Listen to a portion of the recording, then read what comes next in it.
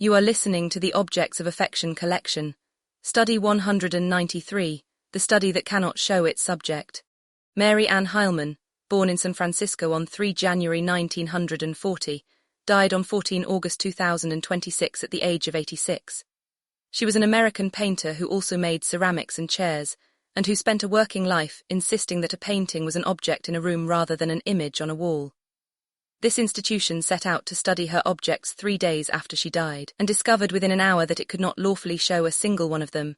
That is not a footnote about picture research. It is the study. What actually happened when we went looking the search was ordinary. An institution that publishes on objects wanted an image of the objects, under a license permitting reproduction, credited to whoever made the photograph.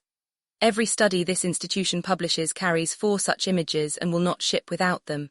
There are none. Not of her paintings, not of her ceramics, not of her furniture. Her work is in copyright, that copyright did not lapse when she died, and no free license exists over any reproduction of it. The only images available are held by galleries, museums and press offices, each with its own permission to grant or withhold.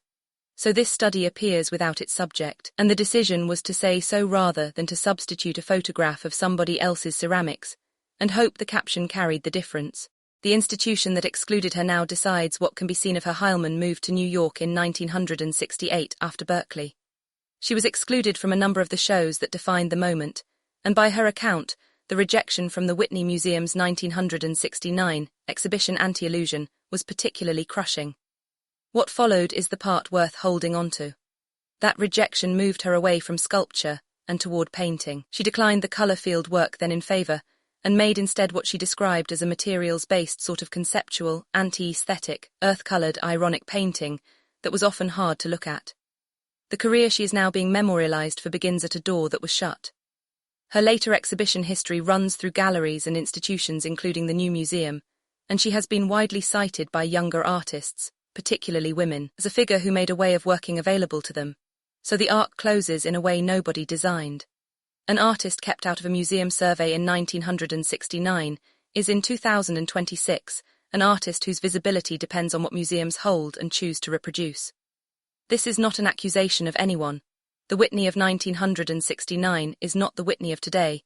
Exclusion from a group show is an ordinary curatorial act, and the institutions that later showed her did so on the merits. It is a statement about where the power sits, and about how completely it moves. During her life she could be excluded and go on working anyway, which is exactly what she did. After her death the same class of body holds the only images of the work, and there is no longer an artist who can decide otherwise. She arrived at painting through clay, and it decides everything else. Heilman was born in San Francisco on 3 January 1940. Her family moved to Los Angeles in 1947, where she swam and dived competitively until 1953, when her father died of cancer and the family returned north. She enrolled at the University of California, Santa Barbara in 1959, drawn in her own account by the beach, the surf, the surfers and the shacky beach houses, and took a degree in literature with a minor in art in 1962. The decisive turn was not to painting, it was to ceramics. At San Francisco State she met the artist Ron Nagel and began studying clay in earnest, and in 1965 she entered the master's program in ceramics and sculpture at Berkeley, drawn there by the modernist ceramicist Peter Valkos. She studied with Valkos, with the sculptor and ceramicist Jim Melchett, and with the painter and printmaker Carl Kasten. She became friends with Bruce Norman, who introduced her to his teacher William T. Wiley. Read that formation against what she is remembered for. A painter whose training was in a medium where the work is unavoidably a thing, fired, heavy, breakable, occupying space rather than depicting it. She went on making ceramics and furniture throughout her life, and her paintings are habitually described as behaving like objects in a room rather than images on a wall. This is material singularity, arriving from the artist's own biography rather than from this institution's vocabulary. She was trained, before she was a painter, to treat the made thing as the fact. Which is why the licensing problem this study opens with is not incidental to her. An artist whose whole formation insists the work is an object is precisely the artist for whom a photograph was never the point, and a photograph is now the only part of her the public can reach. Death does not release the work, it consolidates the rights. The intuition most people carry is that a dead artist's work becomes more available. The opposite is true, and it is true immediately. During a living artist's career, Permission is a conversation with the artist or a gallery acting for them. At death, that authority passes to an estate, and an estate is a legal instrument with duties to beneficiaries rather than to readers. Nothing enters the public domain. The term runs on for decades. What changes is that the number of parties who can say yes drops, and the incentive to control the image rises, at exactly the moment public attention is highest. This institution has written about an artist's work being altered by another hand after the fact, in the study of Eileen Gray's E. 1027. That study concerned physical intervention. The mechanism here is quieter and more common. Nobody touches the work at all, and it simply becomes harder to see. The result is an asymmetry worth stating plainly. In the week when the most people since her last exhibition want to look at Mary Heilmann's paintings, the paintings are less reproducible than they were the week before, which means visibility becomes a function of institutional access.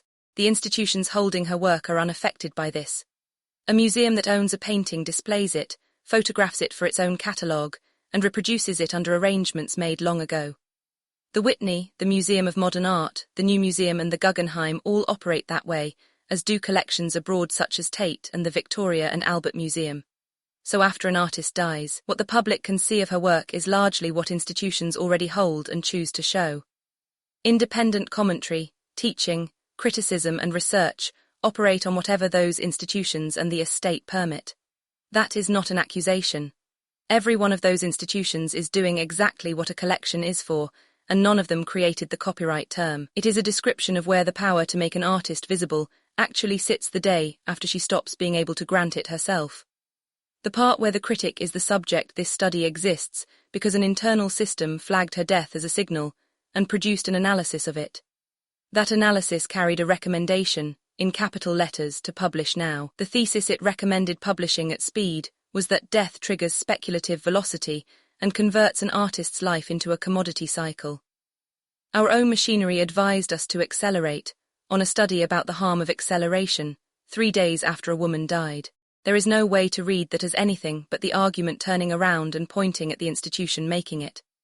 Institutional necrophagy is this institution's term for an organization drawing authority from material whose living context has ended.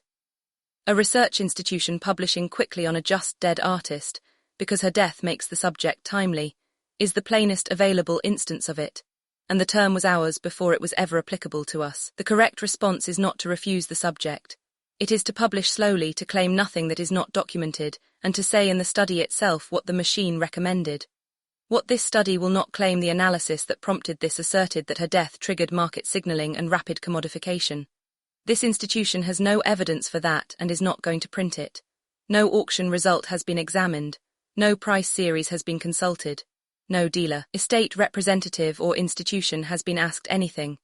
A market response 3 days after a death is entirely plausible and completely unmeasured, and an unmeasured plausible claim is the exact failure this institution has spent its corrections on. The study of Art Basel and speculative velocity rests on figures that were sourced. This one has none, so it asserts none. What can be said without a number is narrower and sturdier. The right's position tightened at the moment of death, by operation of law, and that is checkable without asking anyone. What it leaves this institution with the custodian's contract binds obligations to an object. It says nothing about the image of the object, and the image is the only part of most artworks that the public ever encounters.